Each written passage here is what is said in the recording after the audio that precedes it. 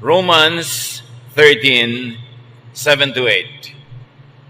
Pay all that you owe, whether it is taxes and fees, or respect and honor. Let love be your only debt.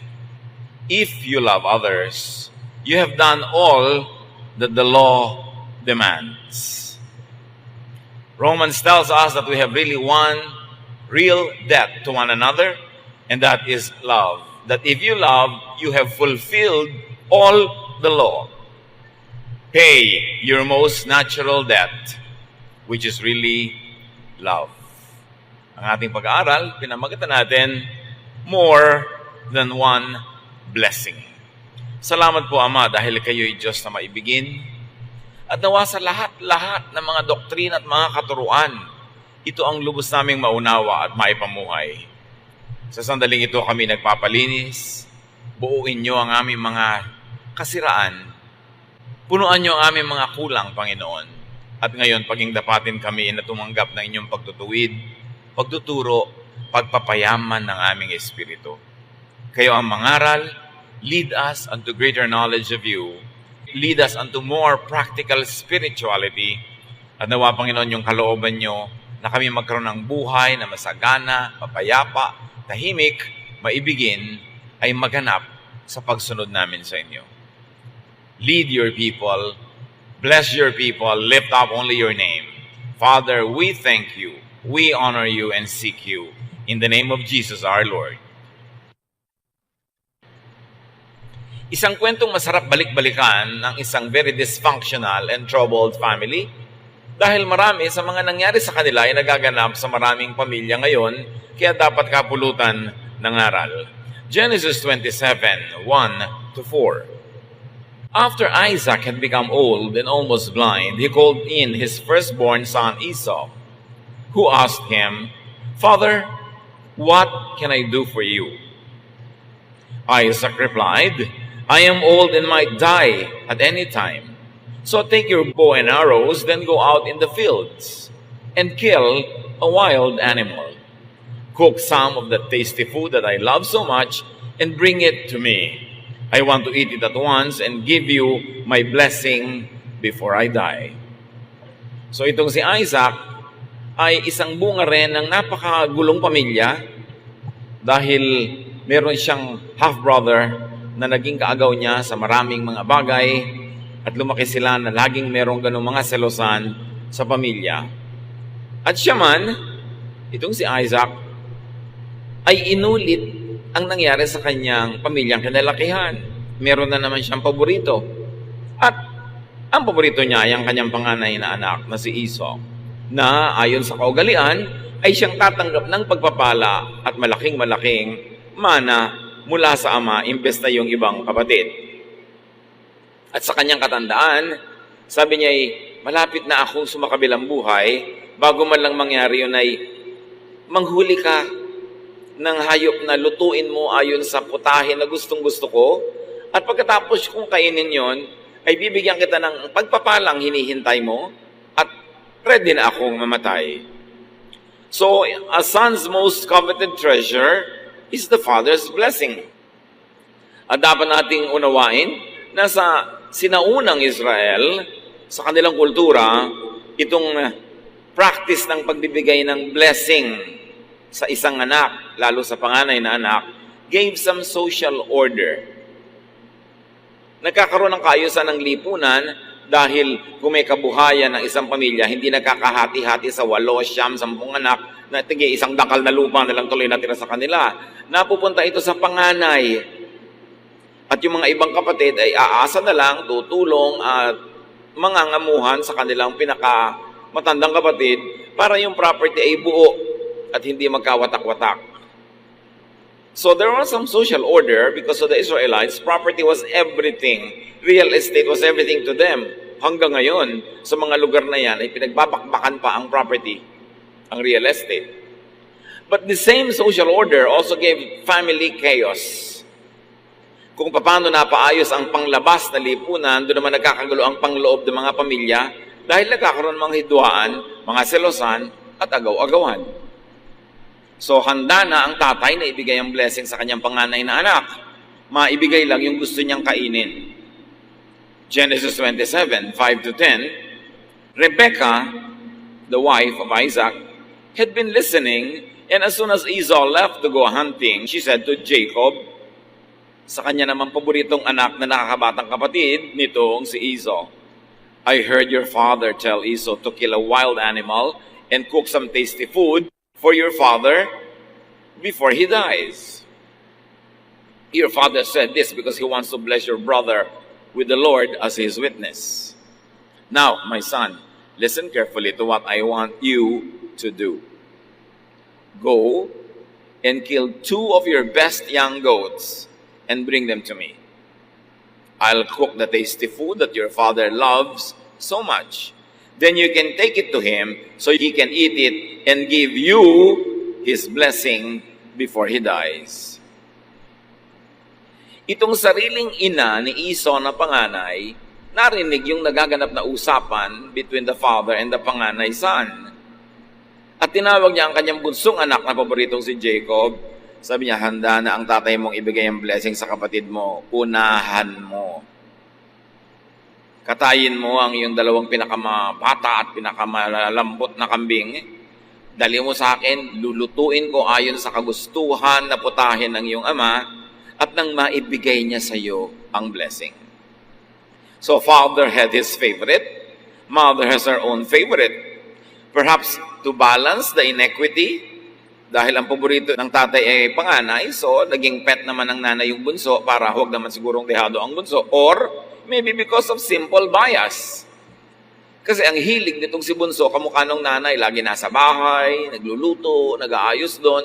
At ang hilig ni panganay, yung gusto ng tatay, lagi nasa labas, nag-hunting. Magkaiba ng hilig yung magkapatid na umayo naman sa magkaibang hilig ng kanilang ama't ina. So you can imagine the division, the competition, the stress and tension within this family. Lagi na lamang merong pagkukumpara, paghahambing, at pag-uunahan. Genesis 27, 11 to 13. My brother Esau is a hairy man, Jacob reminded her, and I am not. If my father touches me and realizes that I am trying to trick him, he will put a curse on me instead of giving me a blessing. Rebekah insisted, let his curse fall on me. Just do what I say and bring me the meat. Sabi naman itong si Jacob, ang kinis-kinis po ng balat ko. Si kuya, mabuhok. Paano kung himasin ako ng tatay at malamang hindi pala ako si Esau, magagalit siya. Malabo na kasi ang mata nitong tatay, hindi na nakakakita sa katandaan. Sabi niya, at baka imbes na blessing ang ibigay sa akin, ay sumpa. Sabi naman ng nanay niya, talbog sa'yo, dikit sa akin. Pag isinumpa ka, ako ang aako ng sumpa na yon. Basta sundin mo ako. Lolokohin natin ang tatay mo para makuha natin ang blessing na para sa kuya mo. You know, overly protective mothers create weak sons. Kaya napaka-weakling nitong si Jacob. Laging nasa ilalim ng saya ng nanay niya. At kahit na sa maraming lipunan, pagka ang mga nanay sobrang protective sa kanilang mga anak na lalaki, ang tatanda na ng mga anak nila, bonjing pa, irresponsable pa, nagbabata-bataan pa at pabebe. Kasi binebebe-bebe ng nanay. Marami nagtatanong, bakit ang dami-dami mga lalaking irresponsableng asawa, walang kwenta, tamad? Siguro yung nanay, pinalaking ganon, kinonsinting ganon, kaya nagkaganyan-ganyan. Hindi lagi, pero madalas. Yun ang dahilan. At eto na naman to si Rebekah, isang typical na nanay na lagi niyang ini-spoil ang kanyang anak. Genesis 27, 14 to 17. So Jacob brought the meat to his mother, and she cooked the tasty food that his father liked. Then she took Esau's best clothes and put them on Jacob. She also covered the smooth part of his hands and neck with goat skins and gave him some bread and the tasty food she had cooked. Binuo na talagang nanay na ito ang plano na lokohin yung asawa niya. kinuha niya ang damit ng kanyang panganay na si Esau at ipinasuot sa kanyang bunsong si Jacob para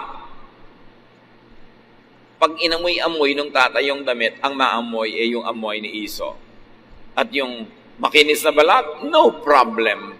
Balutin natin ang balat ng kambing na mabuhok para kung sakaling mahipo ang yung bisig, ay makita, ay balbon pala, ito nga talaga si Esau. At napakalinaw ng lesson dito mga kapatid, that children could deceive their parents just to have ill-gotten blessings. Sila pa lang ang tao, no? Naglolokohan na sila. Kaya napakagandang pag-aralan at balik-balikan itong kwentong ito para di natin tularan. Genesis 27, 18 to 20, Jacob went to his father and said, "Father, here I am." "Which of my sons are you?" his father asked.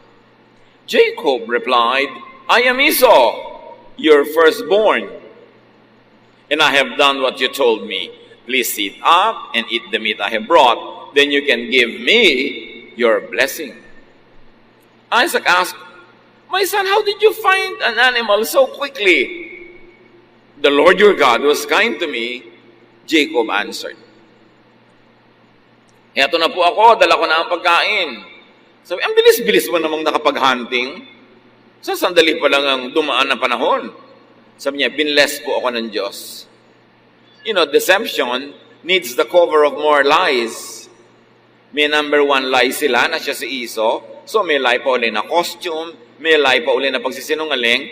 And you see that even these people could use and misuse and abuse the name of God. Isinangkot pa ang Diyos sa kanilang panlilinlang. Genesis 27, 21 to 29. "My son," Isaac said, "come closer where I can touch you and find out if you really are Esau." Jacob went closer.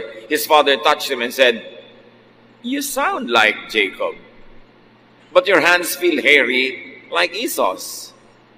And so Isaac blessed Jacob, thinking he was Esau. Nagdududa na nga yung tatay. Sabi, ang boses, pang kay Jacob. "Halika nga at mahipo ko ang iyong balat." At nung nahipo niya yung balat ng kambing, si Esau naman ito. At ibinigay ang pinakaasam-asam na pagpapala. Isaac asked, "Are you really my son, Esau?" "Yes, I am," Jacob answered. So Isaac told him, "Serve me the wild meat, and I can give you my blessing." Jacob gave him some meat, and he ate it. He also gave him some wine, and he drank it. Then Isaac said, "Son, come over here and kiss me." While Jacob was kissing him, Isaac caught the smell of his clothes and said, "The smell of my son is like a field the Lord has blessed." "God will bless you, my son, with dew from heaven and with fertile fields, rich with grain and grapes. Nations will be your servants and bow down to you. You will rule over your brothers, and they will kneel at your feet. Anyone who curses you will be cursed. Anyone who blesses you will be blessed." At hanggang ngayon, inaangkin ng mga descendants nitong si Jacob, itong pangako na ito na sino man ang sumumpa sa iyo, susumpain, sino man ang magpala sa iyo, pagpapalain. Pero yung pagkakakuha niya sa blessing na yun ay sa pandaraya, sa maruming paraan. Nagdududa ang matanda, kaya sabi niya, "Halika nga't halikan mo ako, anak." At habang hinahalikan ng anak na bunso si tatay, gusto lang palang amuyin ng tatay yung anak. Sabi niya, ang amoy ng anak kong si Esau, amoy ng mga damo, amoy ng mga parang, amoy ng mga wilderness. Talagang gusto-gusto niya yung outdoors. Pero hindi niya alam, yung damit lang na naaamoy niya, suot ng isang fake na anak, na kunwari ay siya yung panganay. Fair ba ito? Fair ba na ibigay ang blessing sa isang nandaraya? Today's sense of fairness cannot be applied to the ways of ancient people who lived under very different contexts.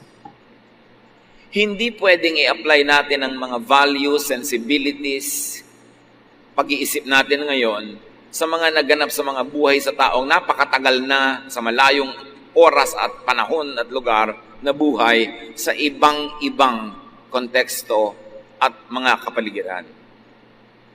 Which begs the question, why insist on applying to today's people who live in a very different context the obsolete ways of a remote, ancient culture like the culture of this family? Nung tribal pa lang, ang kanilang buhay, ang kanilang mode, hunting, gathering, very little agriculture, ibang-iba pa.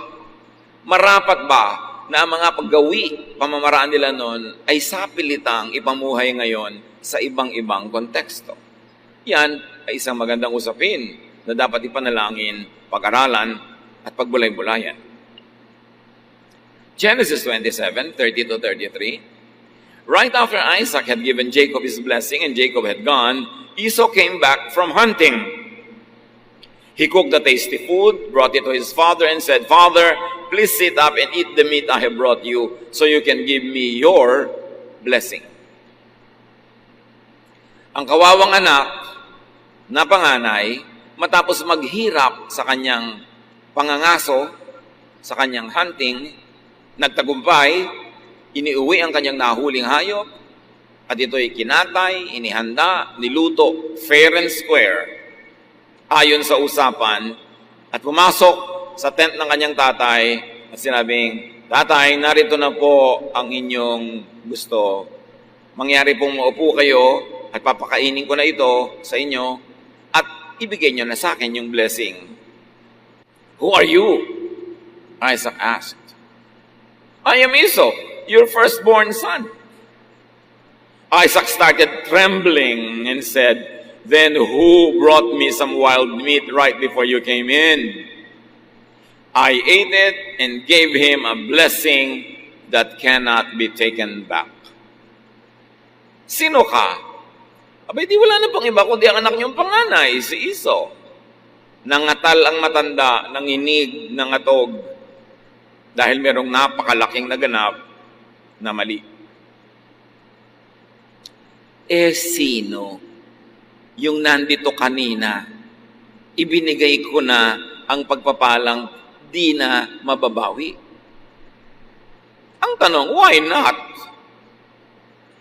Bakit naman hindi mababawi? Mali naman ang pagkakabigay, may deception. Hindi ipinaliwanag kung bakit hindi pwedeng bawiin. Mga kapatid, much suffering could be caused by culture, by tradition, whether it is contemporary or outdated.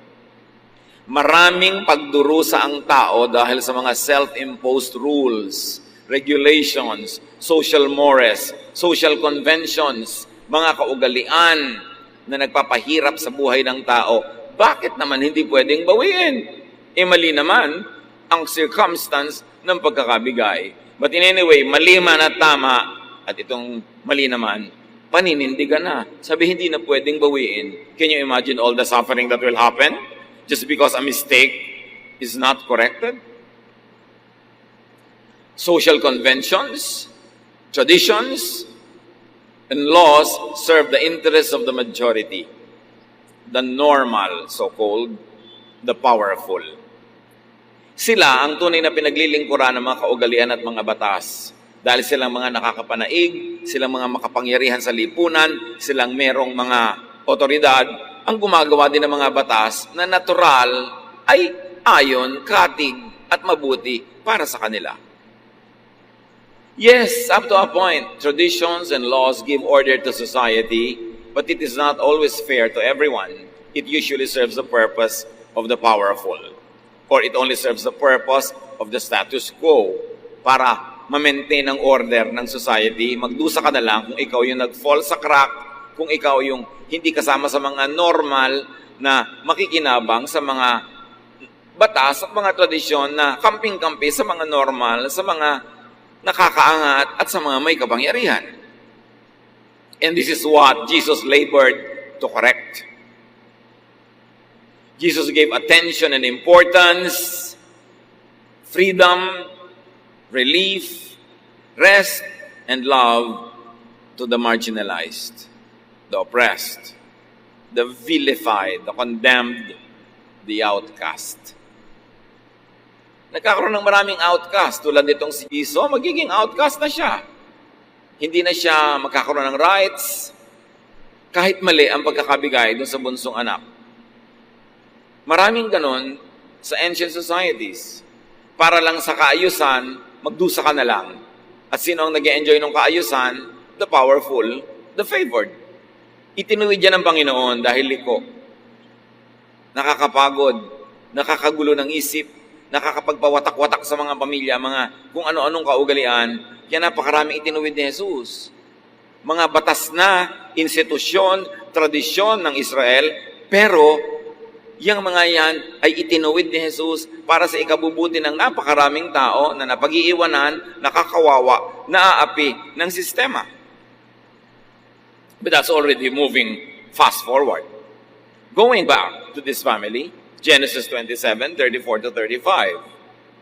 Esau cried loudly and begged, "Father, give me a blessing too."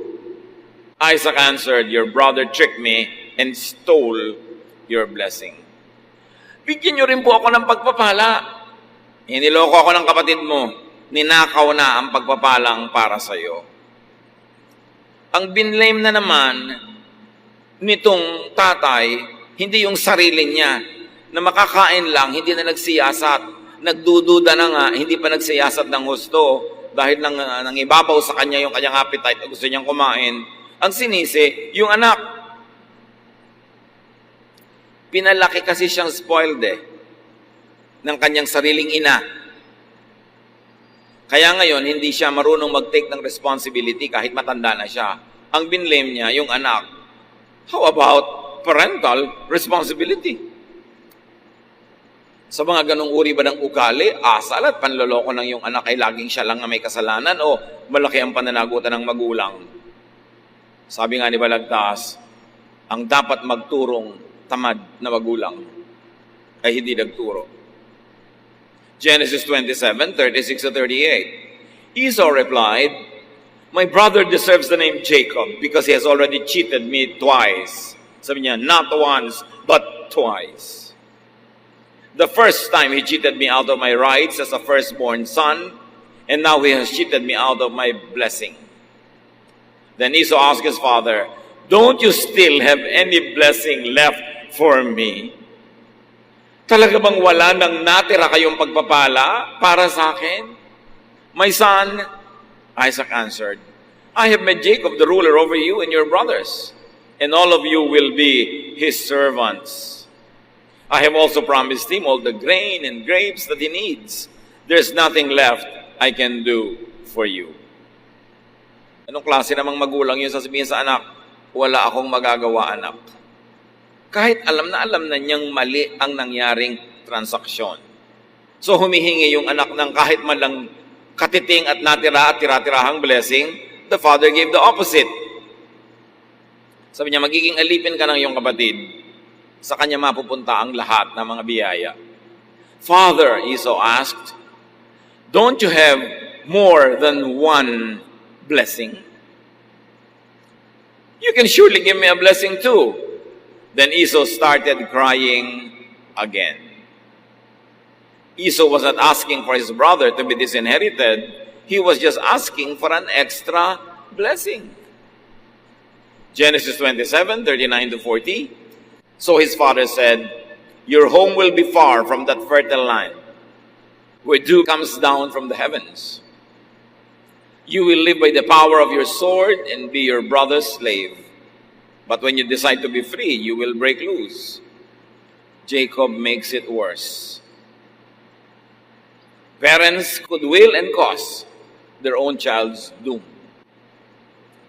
Pag hindi itinutuwid ng magulang ang isang mali, at nasa kamalian na yan ay may nagdurusa siyang anak, siya na ang may malaking kagagawan at pananagutan sa ikapaririwara at ikasasama ng buhay ng anak.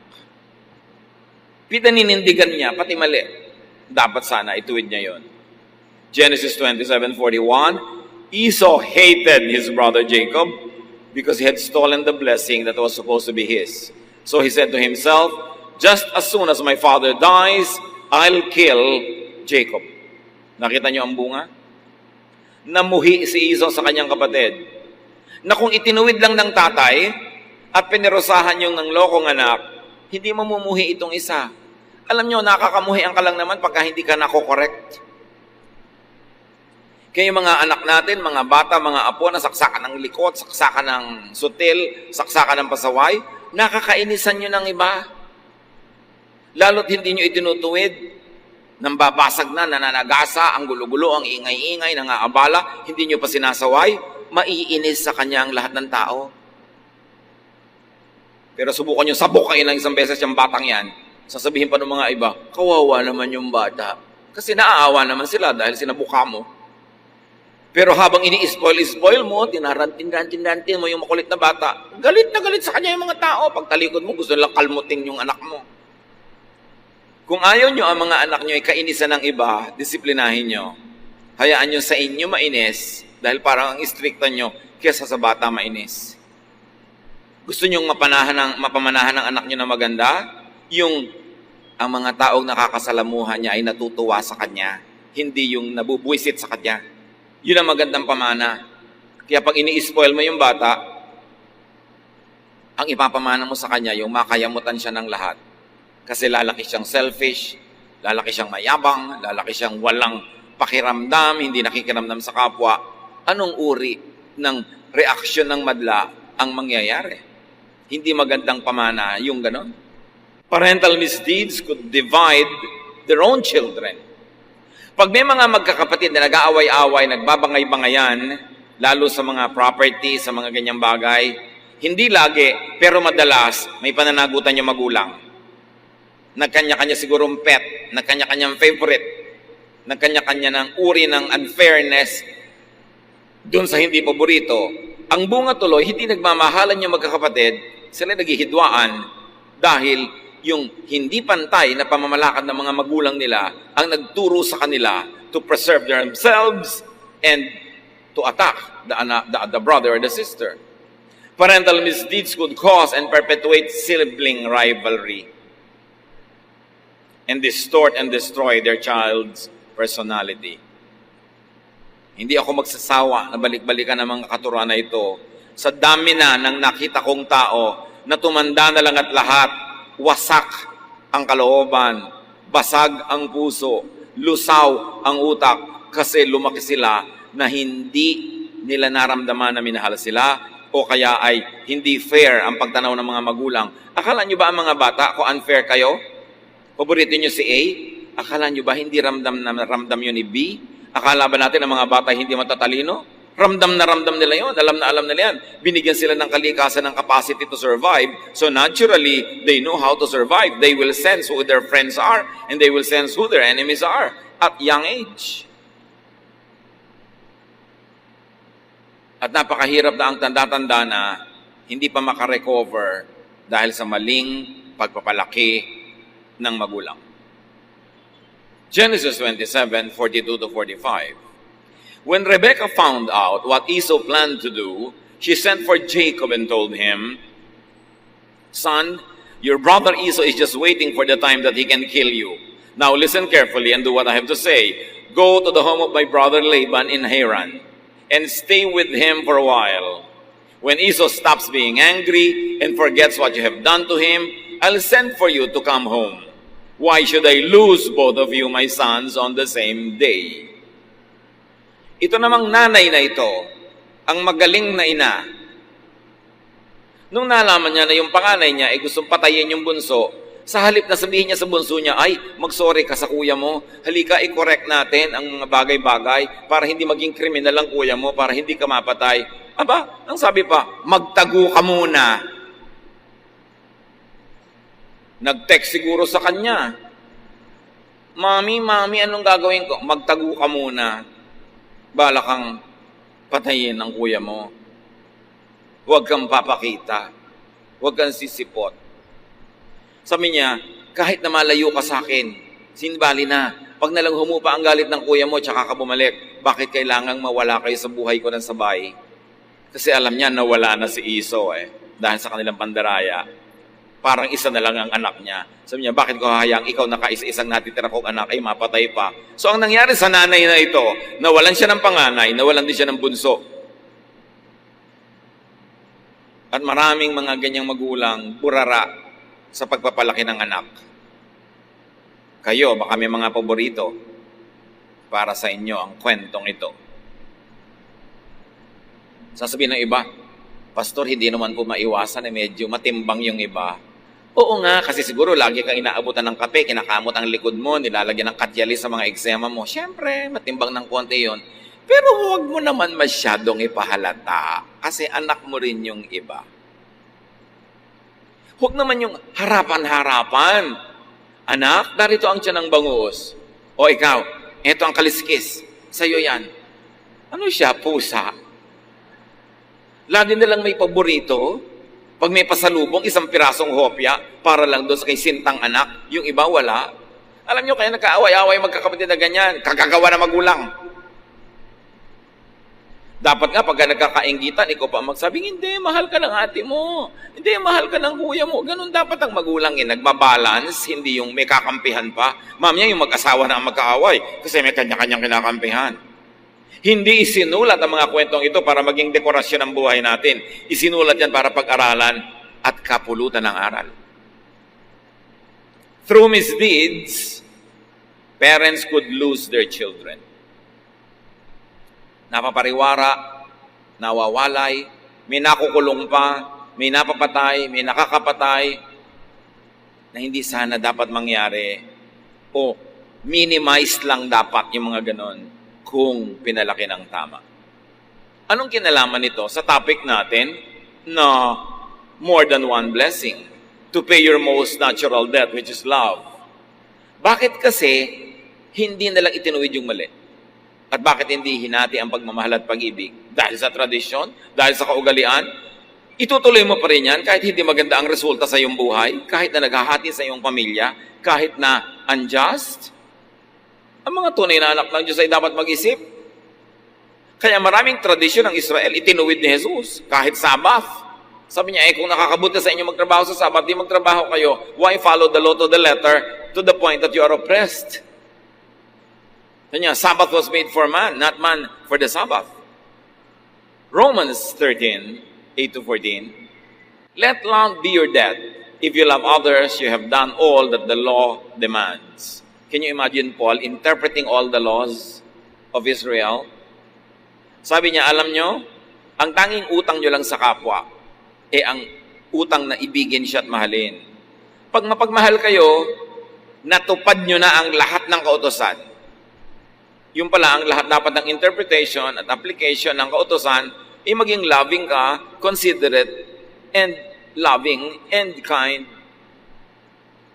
and soft-hearted.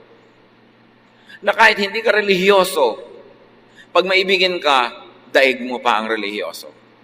Kasi ang pag-ibig sa kapwa, ang pagmamahal, ang pinakamataas na uli ng relihiyon. Paul said it very clearly. You have done all that the law demands. In the law, there are many commands, such as be faithful in marriage, do not murder, do not steal, do not want what belongs to others. But all this are summed up in the command that says, love others as you love yourself. No one who loves others will harm them, so love is all that the law demands. Sabi niya, sari-sari ang mga law, huwag kayong magpalito sa dami. Huwag kang pumatay, huwag kang magnakaw, huwag kang makiapid, huwag kang magtaksil sa asawa mo. Sabi ko, marami yan, pero isa lang talaga yan. Maging maibigin ka sa kapwa. Ibigay mo kay Juan ang kay Juan, huwag mong nakawin kay Juan para ibigay mo kay Pedro. Kasi ang pag-ibig, you don't steal from Peter to give to John. May asawa na siya, huwag mong nakawin. May asawa ka na, huwag kang magpanakaw. Dapat sa asawa mo ikaw. Sabi ko noon kasi, yung karapatan mo ay tumitigil na pairalin kung ito ay tatapak na sa karapatan ng iba. Sabi, huwag kayong magpalito. Ang dami-dami talaga mga laws. Pero ang ibig sabihin lang yan, pag-ibig. So pag ang interpretation mo sa law, ang pagsunod mo sa law, ay hindi ka na magiging maibigin, magiging baligtad pa, magiging malupit ka pa, maling-mali ka. Huwag mo nalang sundin dahil mali ang application mo. At marami mga tao, masunod lang, kaugalian, ang law, ang tradition, ang doktrina. Kahit sila maging malupit, gagawin nila. You defeat the purpose because the purpose of the law, the interpretation of the law, and the application of the law is only one, be loving. Love people. Yun lang ang sinasabi ng law. At nalungkot tayo dahil maraming pag-interpret at pagbasa ng law, ang bunga, hindi ka loving, di nabaligtad. So, napaka-importante. But do not love Jacob at the expense of Esau. Katulad nitong tatay, na ibigay na niya ng mali, pinanindigan. Yung nanay, mahal niya si Jacob, kahit nadayain niya si Esau. Hindi pagmamahal yon. Kasi pag mahal mo si A, pero para mahalin mo siya, nanakawin mo si B, hindi na loving yon. Dapat lagyan ng balanse. Mamahalin kita hanggang hindi ko kailangang mangmuhi sa iba. Bibigyan kita hanggang hindi kailangang nakawan ko ang iba. Yun ang love. Hindi yung love kita, let's hate the others at tayo nilang mag-enjoy sa buhay. Ang linaw-linaw ng interpretation ni Paul sa Romans. Ephesians 5:21-33. So let's bring home the issue of love very close to our hearts. Honor Christ and put others first. A wife should put her husband first as she does the Lord. Ito yung may ibang reading na submit to your husband. So inaalipin ka na, binubuhusan ka na kumukulong tubig, tinutusok ka ng aspile, yes ka pa rin ng yes dahil submit. Of course not. That is not the meaning of that. Ang sinasabi ng submit is put the interest, very especially the honor and dignity of your husband above yours. So ang talagang matinong reading nung submit to your husband, huwag kang gagawa ng nakakapagpasaya sa'yo pero nakakasira ng dangal ng iyong asawa. So kung ayaw ng asawa mong lalaki na pakalat-kalat ka, pagulong-gulong, pakembot-kembot sa lansangan, manahimik ka sa bahay, yun ang ibig sabihin ng submit to your husband. Hindi ibig sabihin na alilang-alila ka, alipin na alipin ka, aping-api ka, submit pa to your husband. Ang ibig sabihin, submit to your husband in area of your chastity and dignity that nothing that you will do will destroy his honor. Yun ang enlightened meaning nun, hindi yung ginugulpi ka na, payag ka pa kasi submit to your husband. A wife should put her husband first as she does the Lord. A husband should love his wife as much as Christ loved the church and gave his life for it. So each husband should love his wife as much as he loves himself. And each wife should respect her husband. Yun ang ibig sabihin ng submit to your husband, respect.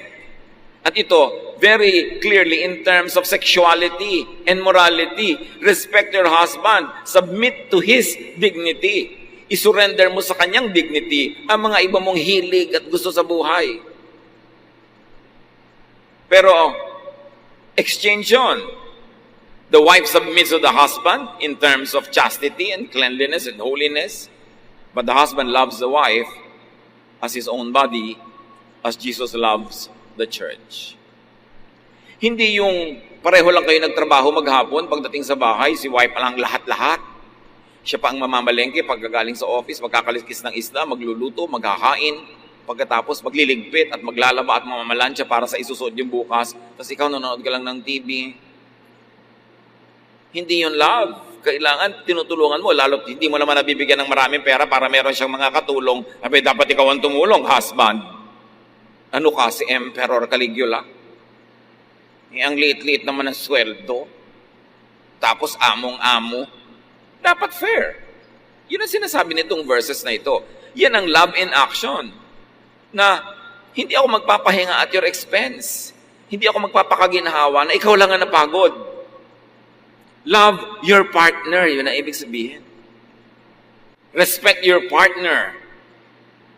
How many partners hunger for love?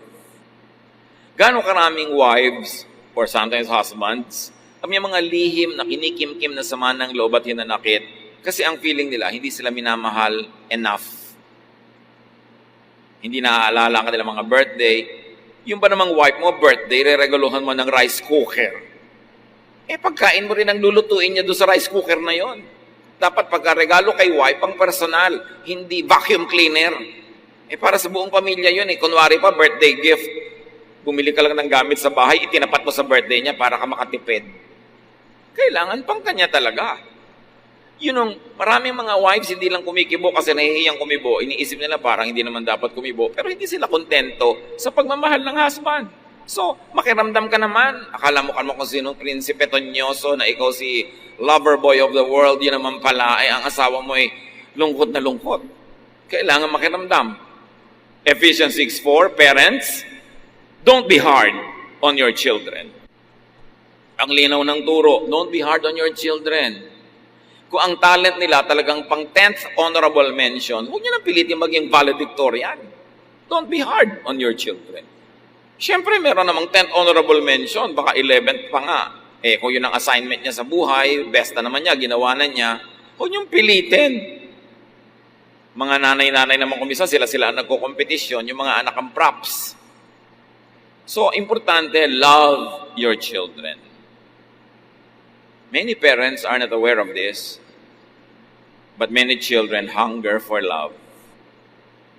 Ang daming anak, ang assessment nila, hindi sila mahal na magulang. O hindi sila mahal enough. Although yung magulang, akala nila hero na sila, na minahal na nilang todo, pero sa perception pala ng anak, hindi. Dapat makiramdam. At dapat humanap tayo ng mga senyales. Ang anak pala natin ay nagmamakaawa, namamalimos ng pag-ibig ng magulang.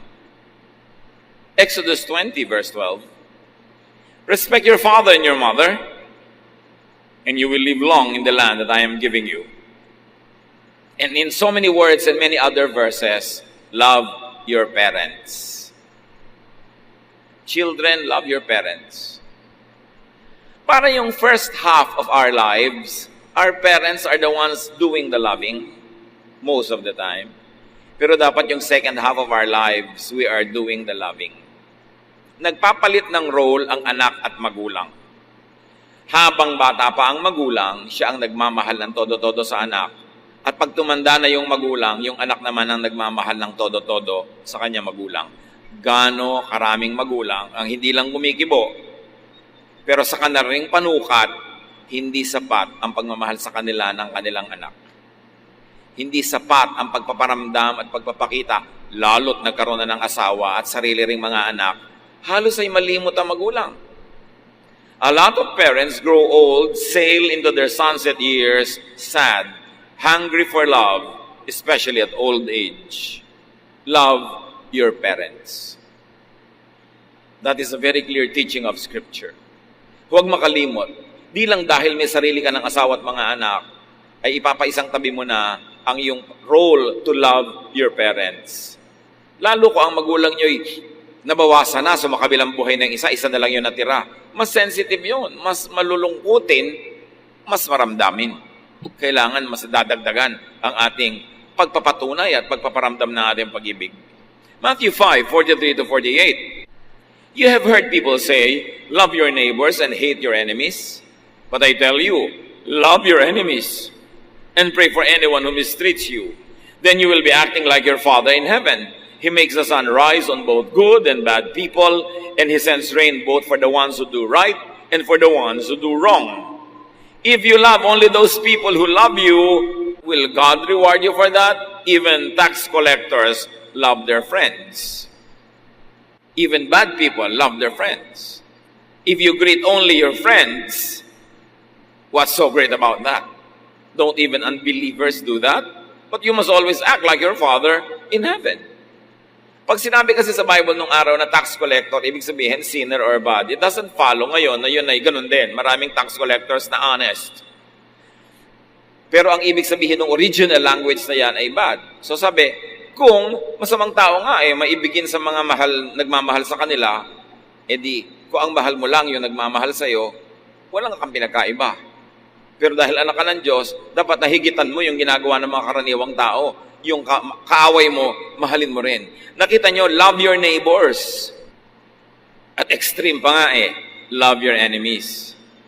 Mga kapatid, if the Bible tells us that we should love our enemies, what is your excuse not to love your parents, your child, your brother, your sister? Kahit nga enemy, pinapalove di lalo naman yung ating mga kapamilya. Utos at privilege. Give people what you owe. Magulang, habang bata pa inyong mga anak, you owe them the love. Mga anak, pag matanda na ang inyong mga magulang, you owe them the love. Lumilipat ang ating papel. Romans 13:7-8. Pay all that you owe, whether it is taxes and fees or respect and honor. Let love be your only debt. If you love others, you have done all that the law demands. Kung ikay relihiyoso pero hindi maibigin, mas mainam pa ang hindi relihiyosong maibigin. Daig ng maibigin ng relihiyoso. E paano na kung spiritual ka na, maibigin ka pa? Yun ang napakaganda. Loving is high religion. Mark 12:31, the second most important commandment says, love others as much as you love yourself. No other commandment is more important than this. No other religious doctrine or practice is more important. Love is duty and privilege. Breaking one sacred duty to love breaks people's hearts, and they leave deep wounds that almost never heal. Wounds that only Jesus can heal. Kaya marami mga tao, mature na dapat ang edad, pero immature pa ang emosyon. Kasi hindi nakatanggap ng sapat na pag-ibig ng bata pa. Kaya buong buhay, naghahanap ng pag-ibig. When love is deficient, especially in childhood, people embark on a lifelong quest for love, for the so-called blessing, for approval, attention, for admiration, and even desire. Kaya may mga taong kinakarir na maging sobrang kaakit-akit. Kasi may kulang sa kanilang kalooban na sa tingin nila mapupuno lang pag may naakit sa kanila. Merong sobrang gustong mag-achieve kasi kailangan nila ng admiration. Kasi siguro nung lumalaki sila, walang nag-admire. Baka nilait-lait pa at binasubasura ng sariling magulang. Kaya pagtanda, habol na maka-cover up at makapag-make-up, gagawin ng lahat, pahihirapan ng lahat at ang sarili para mag-achieve, para may humanga. Even this very, very tiring quest for excellence could be a cry for help.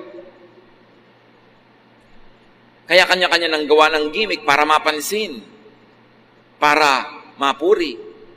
Kasi kapos nung bata pa.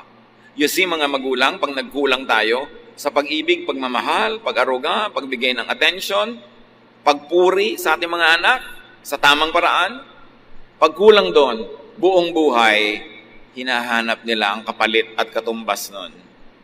To the point that some of them make clowns of themselves, just trying to win the approval and if possible, the admiration of the world. And if you cannot be approved or admired, at least you should be desired. Kaya yung mga iba talagang halos kalakalin na lang ang katawan para maging kapansin-pansin dahil yun na lang ang paraan nila para makatawag ng positive attention. Pero nabibigo pa kasi negative attention pa madalas ang napapala. Napakalaking karukahaan, kahirapan, kasalatan, yung hindi ka namahal. Lalo nung maliit ka pa. Kaya patuloy ang paalala natin sa mga magulang, mga tiyo, tiya, mga lola at lolo, mahalin nyo, pero disiplinahin, turuan ang tama, turuan maging responsible ang mga bata. Ang pagkukulang natin habang maliit pa sila ay halos hindi na mapapalitan pa buong buhay nila. And they live broken lives, chasing one rainbow after another, working so hard to be admired, to be accepted, and if possible, to be loved. Halos mamalimos ng pag-ibig, halos bumili ng pag-ibig kasi yun ang kulang. Malaki ang pananagutan ng mga hindi nagmamahal sa mga bata. At kung tayo naman yung lumaki na, hindi tayo namahal, hindi mo na ibabalik ang panahon. So tama na ang dramang bukid, hindi mahalin mo sarili mo. Magpakatino ka, magpakaayos ka, at maging mapagmahal ka sa iba, hoping na masuklian din naman ng tamang pag-ibig, ang iyong pag-ibig. Patawarin na yung mga namayapan at namatay na at nagtandaan na nagkulang sa'yo kasi baliwala, sayang lang kung patuloy kang mabubuhay sa paninisi, sa galit, sa puot, sa panghihinayang kasi hindi na yun maibabalik. Ang dapat ngayon, kung ano man ang kulang sa'yo noon, kuhanin mo sa Panginoong Jesus. At kung ikaw ay mabiyayaan ng taong magmamahal din sa'yo, edi salamat. Pero hindi mo kailangan to cheapen yourself just to get attention and just try to buy love. But be the person that is worthy of God's love. And the way to be worthy of God's love is to be loving to others. Because what we do to others, we do to God. Spouse, love your partner for all the love he or she lacked from his family or in his or her childhood. Kayong may mga asawa na, alamin nyo naman ang pinagmulan ng inyong asawa, paano siya naging bata, anong naging buhay niya, at kung makita nyo kulang na kulang sa pag-ibig siyang natanggap, kayo magpuno kasi kayo ang partner niya sa buhay. Kaya sabi ng isang popular line sa isang movie, mahalin mo ako para sa lahat ng hindi nagmahal sa akin. It's a very tall order, ha? Nasingilin mo sa isang tao lahat ng utang sa'yo ng mundo. Pero kung ikaw ang nagmamahal sa kanya, punan mo ang lahat ng kulang at hindi niya natamasang pagmamahal. Children, love your parents for all the love they missed from their own parents. Alam nyo nga ngayon ang mga magulang, paluwag ng paluwag, nagiging more and more indulgent. Kaya pag bumalik ka sa family tree, yung tatay mo ang higpit sa'yo, pero yung lolo mo siguradong mas mahigpit pa sa tatay mo kaysa mahigpit yung tatay mo sa'yo. Pabalik ng pabalik yan. Kaya mga tatay, nanay din natin, minsan biktima rin sila ng mga pamilya nilang hindi sila minahal ng ganap. O kaya ang pag-express sa pagmamahal, hindi tumpak. Dinaan na lang sa palo, dinaan sa disiplina para makakreate ng character, pero walang balance. So sometimes we blame our parents for not loving us enough, but the point is, they too were never taught by their own parents to be loving. Lahat tayo biktima ng mga pagkukulang ng iba. But let us not have a victim's attitude and a victim's sentiment na para tayong laging biktima at kawawa. We are victorious in the Lord. And the Lord Jesus can fill us for all that we never had. Kaya napakahalaga na magkaroon ng napaka-personal na relasyon sa Panginoon. Hindi na tayo dapat na magdrama sa mga hindi natin natanggap noon dahil marami pa tayong pwedeng tanggapin from God and from God's people. If only God's people would obey the teaching of God to be loving. Tama na ang pagdadrama sa mga nakaraan. Patawarin na ang lahat. Move on because it's the only way to be free. Parents, love your children for all others who will not love them. Ang isa sa mga pinaka-bumabasag sa puso ng magulang, yung anak mong pinalaki, minahal, magkakaroon ng asawang pabaya, magtataksil sa kanya, aabusuhin siya, kakawawain siya. Ang sakit sa magulang nun. Kaya mahalin nyo na ang inyong mga anak kahit wala pa silang mga asawa dahil hindi tayo nakakatiyak na mamahalin talaga sila ng papakasalan nila. Siyempre, sa wedding day, nagmamahalan niya, nagsusubuan ng cake. Mamaya, nagsasampalan ng cake yan. Pagdating ng panahon, kung may cake pa, baka yung patungan na lang ng cake ang ihagis. Ang mga sweetie-sweetie pie, loving-loving na mga sumpaan sa kasalan. Nawa, matupad. Sabi nga ng mga bata, good luck na lang. Kaya dapat, mahalin natin ang mahalin habang nasa poder natin. Kasi pag pinawalan na natin, hindi natin nakakatiyak tayo na mamahalin nga sila ng iba. Nung pagtitiwalaan nila. Love your brother and sister for the others who will not love him or her. Sabi ni Esau, Father, do you have only one blessing? Ang ganda ng tanong. Ang liit-liit ba ng puso nyo na wala ng ibang laman para na lang kay Jacob? God gives you a heart that is more than big enough to love more. Pag ang puso natin ay nakasuko sa Diyos, pinapalaki ng Diyos para marami magkasyang pag-ibig, na kahit mahal mo yung nanay mo, meron pa rin enough para sa tatay mo, meron pa rin para sa kapatid mo, para sa asawa mo, para sa anak mo. Hindi yung nung nag-asawa ka, yung asawa mo na lang minahal mo, nilimot mo na yung magulang. Our heart, when submitted to God, is big enough to love everybody that we should love. And you should not steal from Peter to give to John. Huwag niyong mamahalin ang nanay niyo at the expense of your asawa. Huwag niyo ring mamahalin yung asawa niyo at the expense of your nanay. May kanya-kanyang assignment na pag-ibig yan. At kung aata-ataduhin natin yan at bibigyan ng kanya-kanyang parte, lahat yan ay sapat. Dapat marunong ka lang magplano at marunong ka mag-isip. Hindi isa lang o dalawa lang ang minamahal sa buhay. Malaki ang puso ng mga anak ng Diyos. Kaya natin mahalin kahit pa nga kaaway. Kung talagang susurrender tayo sa Diyos, yung pansarili mong magulang ang makalimutan mong mahalin. You have more than one blessing. You have more than one love. Multiply love. And you can give more love to more people. Mga anak ng Diyos, love more. Open your heart to receive more love and then meet your Maker. Dear God, we thank you that you are loving. We thank you that you are kind. We thank you that you are good. Salamat sa inyong pag-ibig. To the victims and sufferers of love deficiency, marami niyan. Forgive those that did not love you enough. Receive the love of God through Jesus. Balance your life by doing the loving, by giving love. Kung kulang ang pag-ibig na tinanggap nyo, maghiganti kayo sa mundo, mas ibigin nyo ang marami. Yun ang paghihiganti ng hindi inibig, umibig ng iba. Hindi yung mamuhi at magalit, lalo kayong lulubog. Luke 6:38, if you give to others, you will be given a full amount in return. It will be packed down, shaken together, and spilling over into your lap. The way you treat others is the way you will be treated. Tayo'y manahimik sa presensya ng Diyos. Manalangin ng tahimik, ipagpasalamat lahat ang umibig sa atin. Patawarin yung mga dapat ay umibig pero hindi umibig ng ganap. At magpasya tayo na mamahalin natin ang lahat ng dapat mahalin. Hindi paborito lang lahat.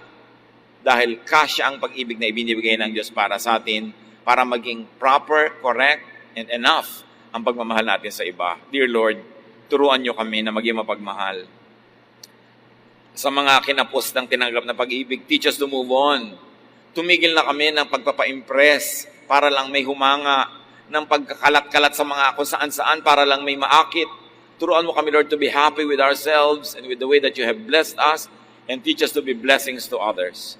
At kung anuman ang mga naging kahinaan at kapintasan ng mga pamilyang nilakihan namin, turuan mo kami na sa pagdating ng panahon kami naman ang bubuo ng mga pamilya, huwag naming ulitin ang mga kamalian ng aming mga magulang at mga ninuno at ibahin namin, isunod namin ayon sa kautusan ng iyong anak na si Jesus. Magbulay-bulay tayo, namnamin ang kahulugan nito, lumaya mula sa mga sentimiento na hindi minahal at mag-concentrate sa pag-ibig sa kapwa. As you give, you receive. Dear Lord, bless your people with insight, with wisdom, with enlightenment.